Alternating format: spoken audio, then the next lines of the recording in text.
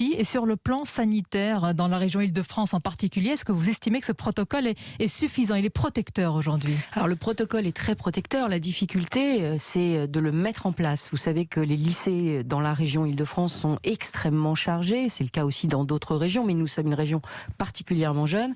Et donc, nous nous sommes rendus compte que 60% par exemple des cantines ne pourraient pas, avec 3 services comme aujourd'hui, accepter l'ensemble des enfants en respectant le protocole. 60%? Oui, 60%. C'est une majorité conséquente. Alors ça veut dire qu'il va falloir qu'on adapte complètement nos procédures, ça veut dire qu'il va falloir faire 4 services.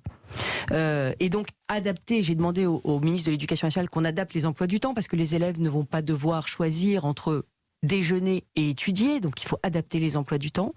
Et puis il restera un tiers des lycées dans lesquels on sera obligé de faire des demi-jauges de cantine avec des plateaux repas froids, un jour sur 2.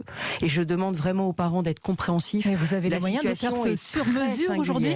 Parce que ce sont des mesures alternatives difficiles à mettre en place. Écoutez, j'ai réuni les 3 recteurs d'académie ce week-end. Je vais réunir tous les proviseurs. Et effectivement, vous l'avez dit, on fera du sur-mesure, établissement par établissement, dans les 465 lycées de la région, pour permettre de garantir la sécurité des élèves. À partir de quand, Valérie Pécresse? Alors, nous avons jusqu'au 9 novembre. C'est la date que l'État nous a donnée pour nous mettre en règle avec ces protocoles sanitaires qui sont très drastiques, mais pour lesquels nous allons faire un effort colossal, puisque nous allons recruter plus de 240 personnes pour nettoyer les établissements en plus.